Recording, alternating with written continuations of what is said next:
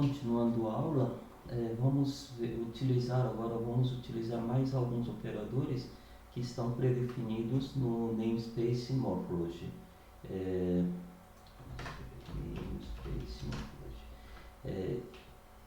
Existe o operador menos unário, por exemplo, menos A, que calcula a imagem negativa. Você troca preto pelo branco. Existe o operador I, né, e AND, né, que calcula o mínimo. Para cada pixel escolhe o menor valor das duas imagens. Esse aqui, ou, né, calcula o máximo nas duas imagens, né, dadas duas imagens, calcula o maior pixel entre as duas. Esse símbolo calcula o exclusivo. Esse aqui compara se duas imagens são iguais, esse aqui compara se duas imagens são diferentes. A implementação de alguns deles fica assim, por exemplo, operador menos unário, calcula-se 255 menos imagem de entrada. Então aí branco vai virar preto e vice-versa, né? O operador AND calcula o menor valor, né, pixel a pixel, entre as duas imagens. O operador OR, né, calcula o maior elemento entre duas imagens, e esse chapeuzinho calcula o exclusivo bit a bit entre as duas imagens. Com isso, vocês conseguem fazer o próximo exercício, que é dada essa letra M, imagem letra M, calcular as bordas, né? Você consegue calcular a borda interna ou borda externa, né? Aqui, usando 4 conectividades, só pode andar norte, sul, leste, oeste, né? Aqui, ou 8 conectividades, né? Pode andar também nas diagonais, né? Se você consegue calcular as bordas da imagem dada. Isso aqui eu estou deixando como exercício para vocês fazerem em casa. Não é obrigatório entregar. Vamos ver um outro problema. Vamos considerar aqui esta imagem que tem traços e bolas. E a gente gostaria de fazer um programa que separa os traços das bolas. Gera uma imagem só com traços e uma outra imagem só com bolas. Aqui tem uma bola que está grudada no traço, né? Mesmo assim conseguiu separar mais ou menos, né, a bola do traço. Isto aqui é um exercício para vocês fazerem, vocês resolverem, tá? Para resolver esse exercício, como é que faz? A solução é achar, né, alguma erosão, né, que consiga eliminar todos os traços. Aí vai ficar só as bolas, certo?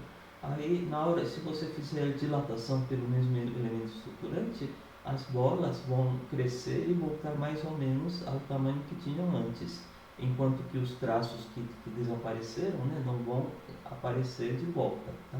Então aqui a solução é fazer a abertura por um elemento estruturante conveniente.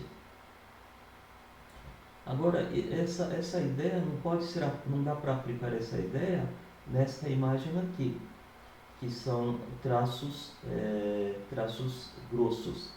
Nesta imagem, não existe nenhuma abertura que consiga eliminar os traços preservando as bolas, porque qualquer abertura que elimina o traço também vai eliminar bola, certo?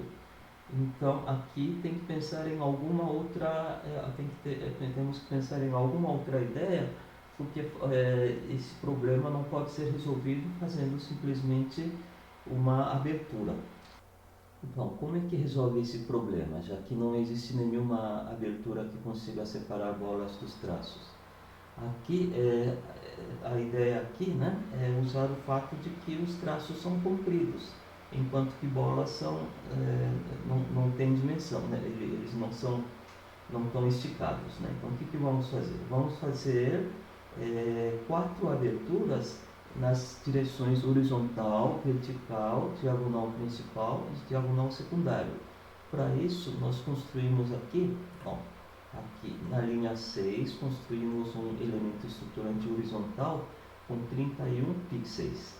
Aqui na linha 7 nós construímos um elemento estruturante vertical com 31 pixels.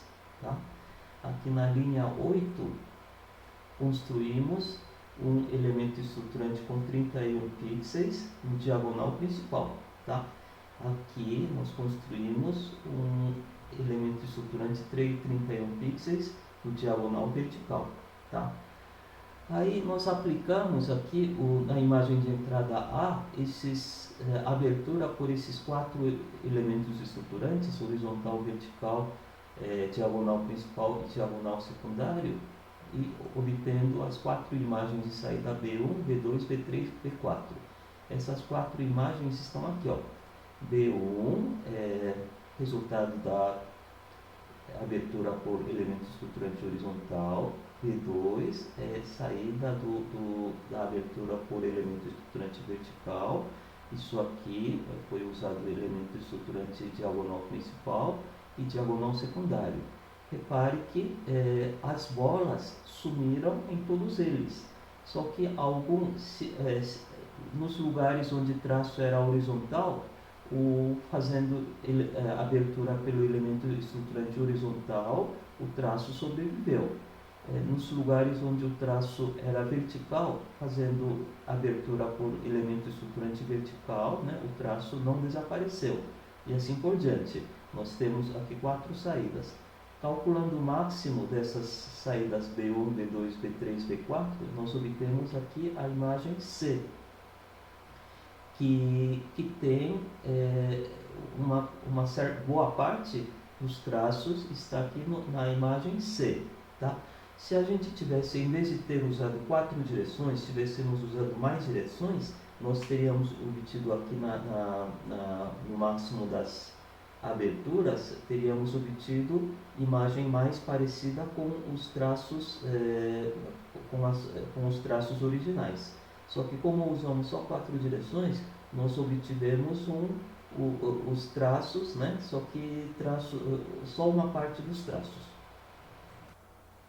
Agora, esta imagem C, né? Esta imagem C não é a imagem dos traços, tá faltando coisa, né? Aqui, ó. Aqui, esse traço aqui, né? Só tem uns pedaços desse traço aqui original. Aqui, esse traço aqui está tudo quebrado aqui, tá? Como é que nós podemos obter os traços originais? Nós podemos fazer crescimento de semente que vimos na aula passada, tá? A gente considera esses pixels aqui, os pixels da imagem C como semente, né? E manda fazer crescimento de semente, colocando como limite de crescimento a imagem original aqui, tá? Fazendo crescimento de semente, nós obtivemos aqui todos os traços originais perfeitamente reconstruídos, sem as bolas, tá? Aqui, né, nós estamos assumindo implicitamente que as bolas não tocam nos traços, porque se tocasse, o crescimento de semente ia crescer, né, ia fazer com que crescesse até nas bolas e as bolas iam aparecer, né? Mas aqui a nossa suposição é que bola e traço não estão grudadas, tá? Senão não funciona esse processo, né? Aí, se subtrair aqui imagem original menos imagem reconstruída dos traços, ou se calcular o exclusivo, aí nós conseguimos obter a imagem só das bolas. O crescimento de semente que vimos na aula passada, a aula de componente conexo, né? Ele é bem eficiente e rápido. Só que aqui nós estamos usando um crescimento de semente baseado em operações morfológicas, que é muito mais lento. Só que nós vamos ver que esse crescimento de semente morfológico, ele tem uma vantagem, é que pode ser utilizado do mesmo jeito para imagens em níveis de cinzas. O que não dá para usar teria que pegar o programa de crescimento de semente baseado em fila pilha e teria que adaptar para poder aplicar em imagens níveis de cinzas. Agora, esse crescimento de semente usando operações morfológicas dá para aplicar em imagens níveis de cinzas sem fazer nenhuma alteração. Como é que ela funciona? Nós temos a imagem imagem A, né? Esse aqui é imagem A, imagem original A, né? E nós temos o C, que essa imagem A é o limite de crescimento, né? Limite de crescimento. E a imagem C é a semente. Então, o que vamos fazer? Primeiro, nós copiamos a imagem C numa imagem temporária, tá? Isso para ver, nós fazemos uma cópia. Depois pegamos a imagem C, que é dos sementes, fazemos dilatação por elemento estruturante 3x3, tá? Está definido aqui em cima, elementos estruturantes 3x3, e calculamos mínimo com a imagem de entrada A, que é esta imagem aqui. E aí, depois de fazer isso, nós comparamos se a imagem temporária, a cópia da imagem C, antes de fazer dilatação e operação de mínimo, né, é igual à imagem C depois de ter feito dilatação seguida de operação mínimo. Nós repetimos esse processo, esse loop, enquanto a dilatação seguida de AND conseguir alterar a imagem, né? Porque aí significa que a semente ainda está crescendo. Quando que T vai ser igual a C? Quando a semente cresceu, tudo que pode crescer, não tem mais para onde crescer, nesse instante T vai ser igual a C. Tá? Aí nós fizemos crescimento de semente desta forma. Esse mesmo problema, para imagens nível de cinza, aquele problema de separar traços grossos das bolas em níveis de cinzas, é esse problema que estamos vendo aqui. Nós temos esta imagem, que é a imagem de fundo duro com vasos sanguíneos, e aqui tem algumas aneurismas, onde o vaso sanguíneo estourou e sangue saiu fora, né? Tá? Essas bolinhas são aneurismas, isso aqui são vasos sanguíneos. O que queremos fazer é separar os aneurismas aqui dos vasos sanguíneos, que é a mesma coisa que separar bolas dos traços, só que esta é a versão em níveis de cinzas, né? Então, como é que a gente faz? Ou resolve esse problema, né? A solução é praticamente idêntica à versão em níveis de cinza. O problema em níveis de cinzas é praticamente idêntica ao problema binário. O que nós fazemos? Aqui nós construímos elementos estruturantes em diferentes inclinações. Lá na solução para imagens binárias, nós usamos 4 direções. Aqui vamos usar mais direções, vamos usar 10 direções, certo? O grau vai andar cada 10 graus, né? Desculpe, 18 direções diferentes. Vai de 0 até 180 graus, andando de 10 em 10 graus. Tá? Essa função STRL, ele cria uma imagem com elemento estruturante comprida, né? Com 25 pixels de comprimento e inclinação 10 graus. Tá? E aí vamos fazer aqui a abertura da imagem de entrada, né? Imagem de entrada é isso aqui, né? Pelos elementos estruturantes, né? Compridos, 25 pixels de comprimento, né? Em grau 0, grau 10, grau 20, etc., até chegar no grau 170. Tá? E aqui vamos armazenando na imagem C o máximo, né? entre todas as imagens resultantes da abertura. Tá? Aí salvamos o resultado do máximo das aberturas como ANC, que é esta imagem aqui. Repare que esse ANC já tem praticamente todos os vasos sanguíneos intactos, né? Que tinha na imagem de entrada, e não tem os aneurismas aqui. Aí, apesar de que esta imagem está quase perfeita, para melhorar ainda mais, né, nós podemos fazer a reconstrução morfológica. O que é reconstrução morfológica? é o crescimento de semente morfológico que nós vimos lá na versão versão binária, né? Nós pegamos elemento estruturante 3x3, uma imagem temporária T, né? Copiamos semente C dentro da imagem temporária T, né? E depois nós fazemos isso aqui, né? Dilatamos e calculamos o mínimo, que é igual ao que fizemos aqui, né? Nós dilatamos, né? E calculamos o mínimo com a imagem original, tá? Enquanto a imagem a dilatação seguida de mínimo conseguirá alterar a imagem, certo? Nós repetimos isso até que, fazendo dilatação seguida de mínimo, não haja mais alteração na imagem, certo? Aí obtemos esta imagem onde tem os vasos sanguíneos estão mais parecidos com o original do que aqui. Apesar que aqui, como nós fizemos abertura em várias direções, a diferença entre as duas é muito pouca, tá? Se tivesse feito abertura em poucas direções, a diferença entre essas duas imagens seria maior, né? Tá?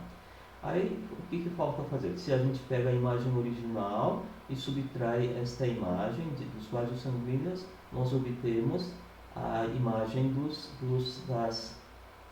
aneurismas, certo? Para fazer isso, fazemos aqui a subtração, imagem original menos imagem reconstruída, usando operador menos, que é subtração pixel a pixel, que está definida no FunCB, certo? Se a gente escreve aqui A menos C, sem escrever using CB operator menos, iria fazer a erosão, né? Aqui tem uma ilustração de como é que funciona a reconstrução morfológica. Aqui nós temos a imagem do marcador, que marcador é a semente. Aqui temos imagem máscara, que é a imagem original, né, que é limite de crescimento de semente. O que faz aqui? O marcador faz dilatação e calcula mínimo com a máscara. Então, o marcador ficou assim aqui. Tá? Aí faz dilatação e mínimo com máscara. Se você repete isso várias vezes, aí você vai obter esta imagem aqui, né? Dilata, calcula mínimo, dilata, calcula mínimo, vai ficar assim. No final, se pegar a imagem da semente final, nós temos esta imagem, né? Onde a semente cresceu até preencher completamente a máscara, né? Mas não invadiu o componente conexo vizinho. Aqui nós temos o segundo exercício obrigatório para entregar, né? Aí vocês peguem essa imagem fundo do olho, .jpg. Aqui tem manchas, eu não sei o que são essas manchas brancas e pretas, né? Escuros e claros. Aí vocês façam um programa, adaptando esse programa que está aqui, né? Para tirar a imagem do fundo do olho sem manchas brancas. Aqui tinha várias manchas brancas que desapareceram, e uma outra imagem sem as manchas escuras. Aqui tinha um monte de manchas escuras, né? Aqui desapareceram, né? Só que nesta imagem sem mancha clara continua tendo mancha escura, e nesta imagem sem mancha escura continua tendo as manchas claras, né? E os vasos sanguíneos são visíveis nas duas imagens. Esse é o segundo exercício obrigatório que vocês devem entregar até segunda-feira da semana que vem.